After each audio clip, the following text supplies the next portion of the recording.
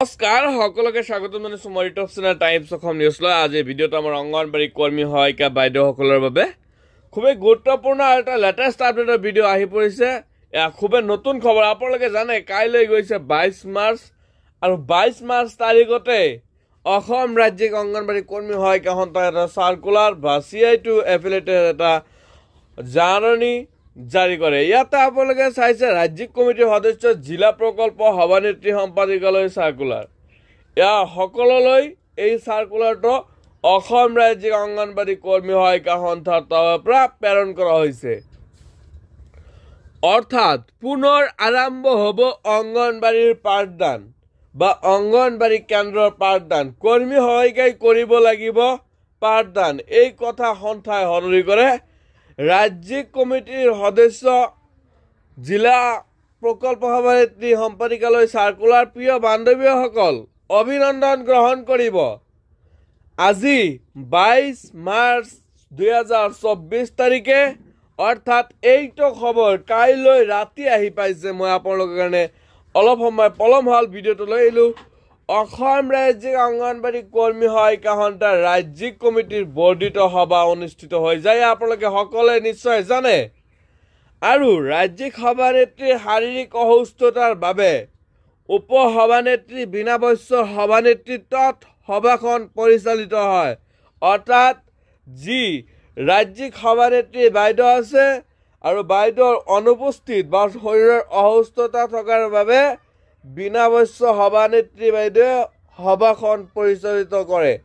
সভাত CITUৰ কমিটিৰ সাধাৰণ সম্পাদক তপন শৰ্মা ছাৰ, ইয়াতে কোৱা হৈছে কমৰেড তপন শৰ্মা আৰু উপসভাপতি বীৰেন শৰ্মা উপস্থিত থাকে। ৰাজ্যিক সভাই 15 ফেব্ৰুৱাৰীৰ পৰা ধাৰাবাহিক চলাই থকা অসহযোগ কাৰ্যসূচী আৰু 26 ফেব্ৰুৱাৰীৰ পৰা গুৱাহাটীৰ চচলত কৰা দিবানৈশ আন্দোলন সম্পৰ্কে আলোচনা কৰে।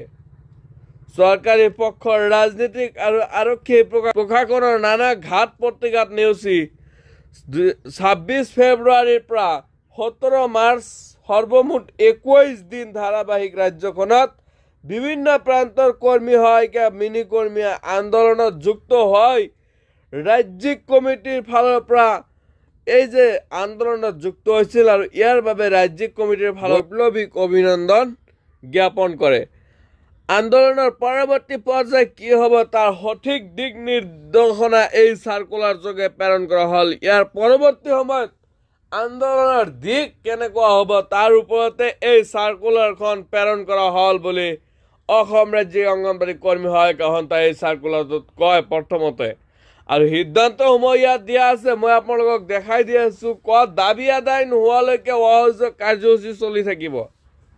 ইয়াৰ নতুন সিদ্ধান্ত, দাবী আদায় নোহোৱালৈকে অসহযোগ কাৰ্যসূচী চলি থাকিব। এটা আগতে গৈছিল। খ নম্বৰটো আছে লোকসভা নিৰ্বাচনৰ আচৰণ বিধি প্ৰয়োগ হৈ থকা দিনলৈ অংগনবাড়ী কেন্দ্ৰ খোলা ৰাখি শিশুসকলক প্ৰাক প্ৰাথমিক শিক্ষা দিয়া হ'ব। মই যিহেতু আপোনালোকক প্ৰথমতে কৈছোঁ যে অংগনবাড়ী কেন্দ্ৰসমূহক খোলা ৰখা হ'ব, শিশুসকলক প্ৰাক প্ৰাথমিক শিক্ষা দিয়া আৰম্ভ হ'ব, কিন্তু কোনো ধৰণৰ পোষণ ট্ৰেকৰ কাম কৰা নহ'ব বুলি সন্থাই কয়। কোনো ৰিপৰ্টো দিয়া নহ'ব, কোনো চৰকাৰী বা বিভাগীয় সভা সমিতিত যোগ দিয়া নহ'ব, এনেকৈ সন্থাই কয়। আৰু তৃতীয় নম্বৰত কৈছে বিয়লৰ কাম কৰা সংগ্ৰামী সতীৰ্থসকলক উক্ত কামৰ পৰা বিৰত থাকিবলৈ আজি অনুষ্ঠিত ৰাজ্যিক সাধাৰণ সভাই পৰামৰ্শ দিয়ে। একেদৰে অসহযোগ চলি থকা সময়ত সকলো প্ৰকাৰৰ চৰকাৰী কাৰ্যসূচীৰ পৰা বিৰত থাকিবলৈ আহ্বান জনায়। আৰু ঘ নম্বৰত কোৱা হৈছে, অৰ্থাৎ 4 নম্বৰত কৈছে হিতাধিকাৰীৰ বাবে অহা খাদ্যবস্তু কেন্দ্ৰত আহি যোগান ধৰিলে কেৱল THR সেৱা প্ৰদান কৰা হ'ব। আৰু 27 মাৰ্চৰ পৰা 29 মাৰ্চৰ ভিতৰত চৰকাৰী মোবাইল প্ৰকল্প কাৰ্যালয়ত জমা দিব লাগিব।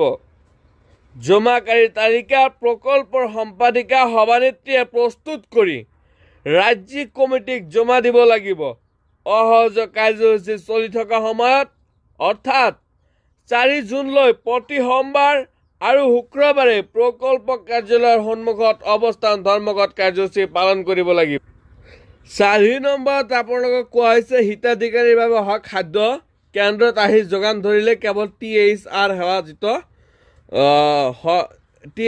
যিটো আছে খাদ্য সেইখিনি আপোনালোকে সেৱা প্ৰদান কৰা হ'ব। আৰু 27 মাৰ্চৰ পৰা 29 মাৰ্চৰ ভিতৰত চৰকাৰী যি মোবাইল আছে আপোনালোকৰ লগত যি চৰকাৰী মোবাইল যদি এতিয়াও আছে সেই মোবাইল যদি বেয়া হৈছে আপোনালোকৰ মোবাইল 27 সকলোৰে নিশ্চয় বেয়া হৈছে মোবাইল 27 মাৰ্চৰ পৰা 29 মাৰ্চ মাজত মাত্ৰ কেইটা দিন 2টা বা 3টা দিন আছে।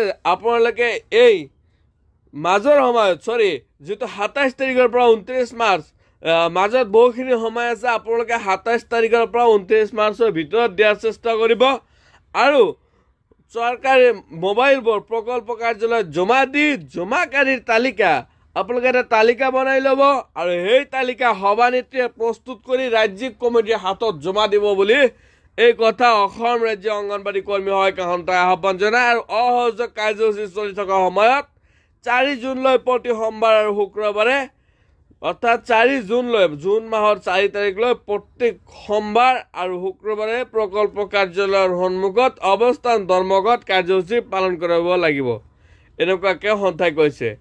আৰু কৈছে ৰাজ্যিক কমিটিৰ ফালৰ পৰা ৰাইজলৈ দিয়া গোহাৰি আৰু চহী সংগ্ৰহ কাৰ্যসূচী কোনখন জিলাই কিমান কৰিছে তাৰ এই হিচাপ ৰাজ্যিক কমিটিক ৰিপৰ্ট দিব লাগিব।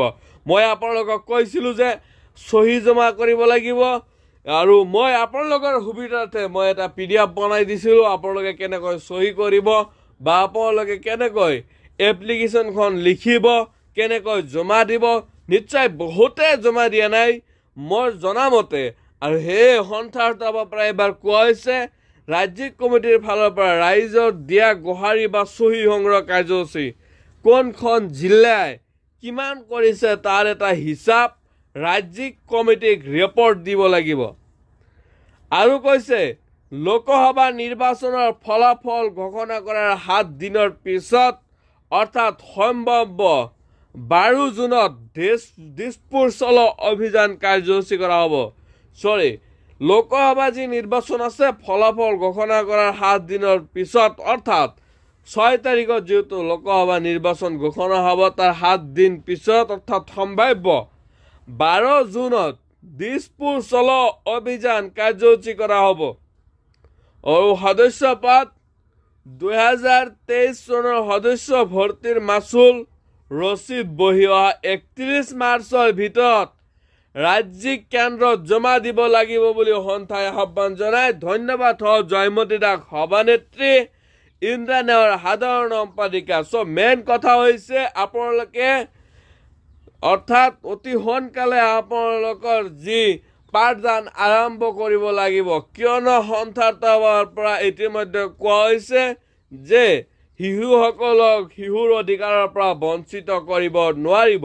ভিডিঅ' এটা অতি সোনকালে আহি আছে যদি আপোনালোকে এই ভিডিঅ'টো সম্পূৰ্ণৰূপে চাইছে খুবেই ইনফৰ্মেটিভ ভিডিঅ' আছিল নিশ্চয়কৈ ভিডিঅ'টো আপোনালোকে শ্বেয়াৰ কৰি দিব। শ্বেয়াৰ কৰি দিয়াৰ লগে লগে আপোনালোকৰ অন্য বান্ধৱী যে অংগনবাড়ী কৰ্মী সহায়িকাৰ যি বান্ধৱী আছে সেই বাইদেউসকলে এইখিনি খবৰ শুনিব পাব বা জানিব পাৰিব কি আছে আচলতে অসম ৰাজ্য অংগনবাড়ী কৰ্মী সহায়িকা সন্থাই কি কৈছে বা আগন্তুক সময়ত কি হ'বলৈ গৈ আছে কিমান দূৰলৈকে এই ধৰ্ণা কাৰ্যসূচী চলাই লৈছে সন্থাই আৰু আজিৰ কি স্থিতি সন্থাৰ সবিশেষ জানিব পাৰিব।